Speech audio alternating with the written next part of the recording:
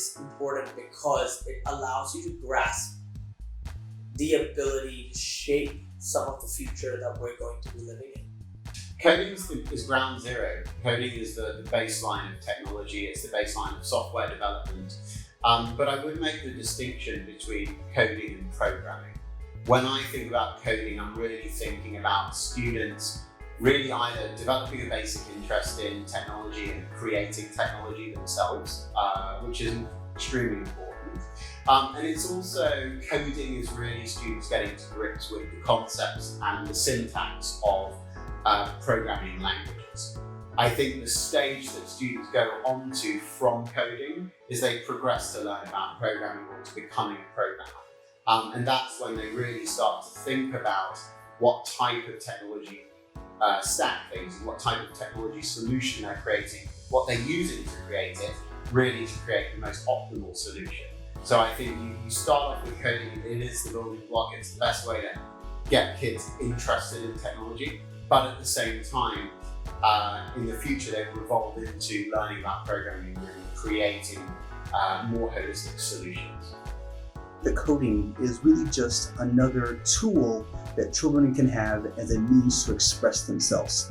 So writing is a tool, and art is a tool, painting, drawing, these are all ways that you can express yourself. And code is just one of those things that you can use as a new way, as a new means, or a new material that you can use to express yourself.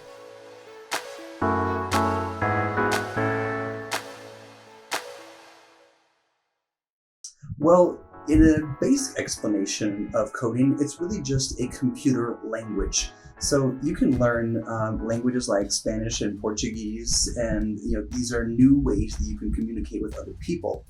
Coding languages are ways that you can communicate with computer systems. Coding is the component of programming. It is the ability to tell a web browser, like Google Chrome or something, what to display to a user. So coding allows you to build a combination of HTML and CSS.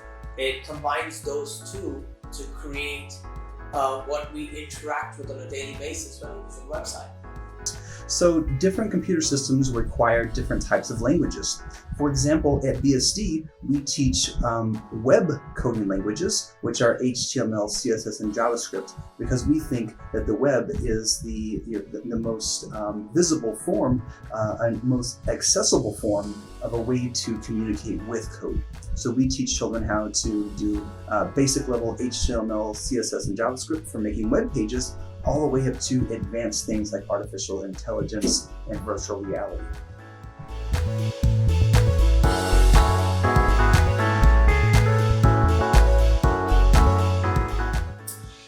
Computational thinking is the process of breaking down a problem, possibly or most probably a complicated problem, into really small pieces. So computational thinking is the ability to think almost programmatically.